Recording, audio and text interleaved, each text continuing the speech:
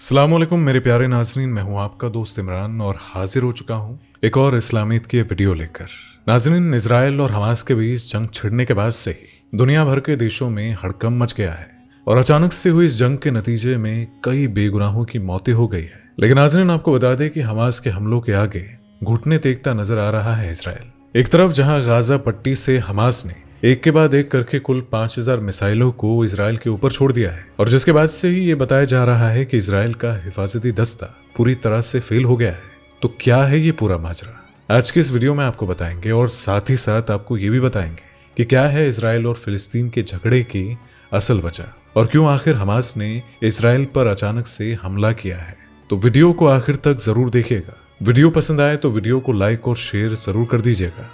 फिलिस्तीन और इजराइल की लड़ाई काफी पुरानी है नाज़रीन, और ये लड़ाई महज एक देश की दूसरे देश से नहीं है, बल्कि ये लड़ाई मजहबी है। जी हाँ नाज़रीन, एक देश जिसमें इस्लाम को माना जाता है और दूसरा जहां यहूदियों की सरकार है। लेकिन मसला सिर्फ इतना सा नहीं है, ये सदियों से चली आ रही जंग है जो कि अब दो देशों के बीच की एक खौफनाक जंग में तब्दील हो गई है। तो नाज़रीन, फिलिस्तीन और इजराइल की इस मजहबी जंग को समझने के लिए आइए आपको तफसील से इसके बारे में बताते हैं। नाज़रीन, आपको बता दें कि साल 1948 में फिलिस्तीन से अलग होकर यहूदियों ने एक देश बनाया जिसे इजराइल नाम दिया गया।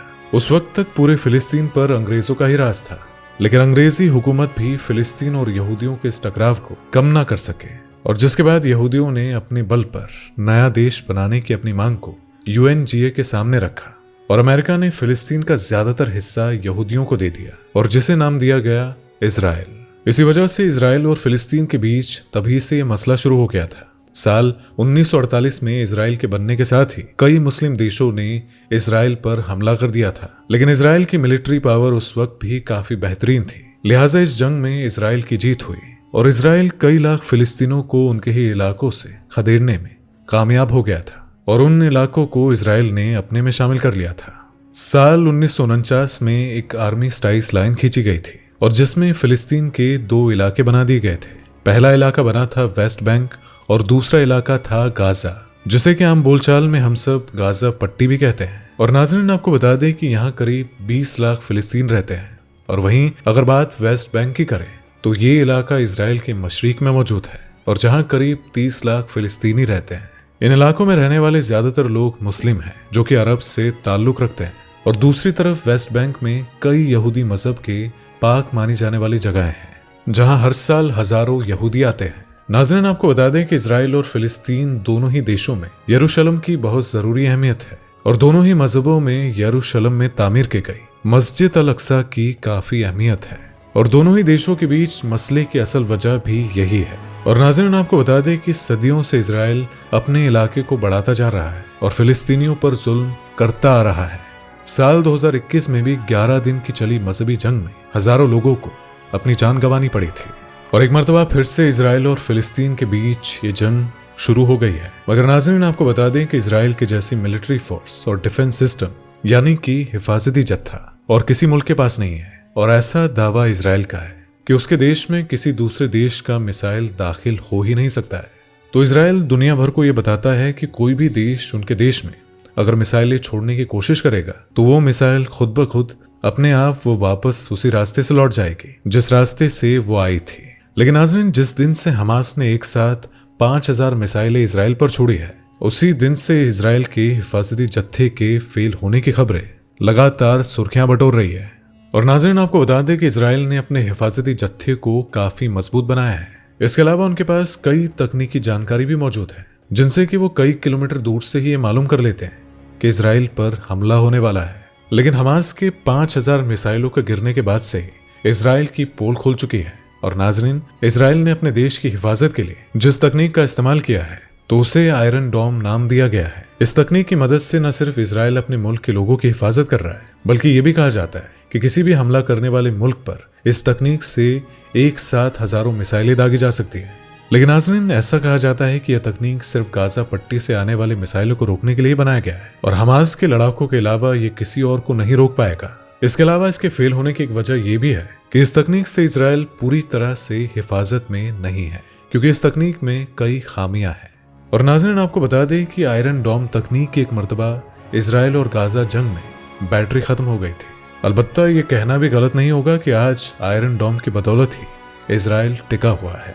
और नाज़रीन, आपको बता दें कि हमास के लड़ाकों ने जो मिसाइल इजराइल पर दागे हैं, उनकी वजह से इजराइल के कई हिस्सों में भारी तबाही हुई है। इसके अलावा नाज़रीन, आपको बता दें कि इस हमले में अब तक 700 इजरायली नागरिकों की मौत हो गई है और 2100 से अधिक घायल हुए हैं। तो वहीं दूसरी तरफ इजराइल के हमले से भी कई हमास के लड़ाके और आम फिलिस्तीनी लोग मारे गए हैं।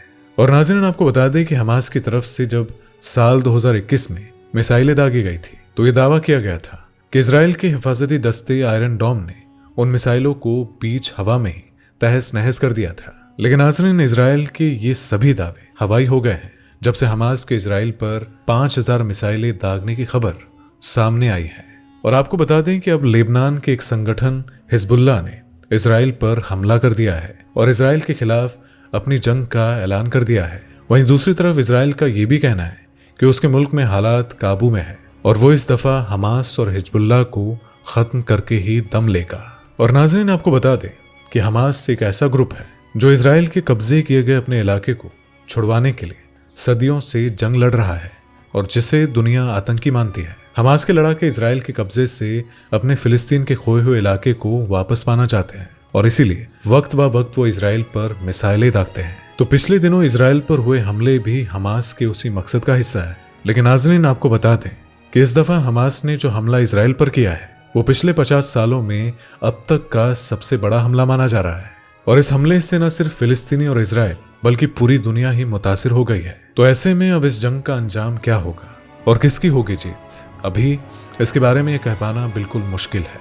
लेकिन नाज़रीन, एक बात तो बिल्कुल साफ है कि जंग में नुकसान सिर्फ और सिर्फ आम शहरियों का और उनके बच्चों का ही होता है जो हमेशा के लिए बर्बाद हो जाते हैं।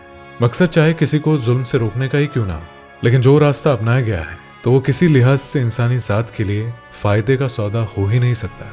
तो नाज़रीन, आपको क्या लगता है कि फिलिस्तीन और इजराइल की जंग में कौन सही है और कौन गलत है और आप किसके साथ हैं? हमें अपना जवाब कमेंट करके जरूर बताइएगा। और अगर आपको ये वीडियो पसंद आई हो तो इस वीडियो को लाइक करें, शेयर करें। इसी के साथ अगर आप चैनल पर नए हैं तो चैनल को सब्सक्राइब करना मत भूलिएगा और साथ ही बगल की बेल आइकन को प्रेस करना भी मत भूलिएगा। तो दोस्तों, आपसे मुलाकात होगी अगली वीडियो में। तब तक के लिए अपना ख्याल रखिएगा। अस्सलाम वालेकुम, अल्लाह हाफिज। दोस्तों, आपको स्क्रीन पर 2 और वीडियोस दिखाई दे रही हैं, जिसे देखने के लिए स्क्रीन पर क्लिक करें।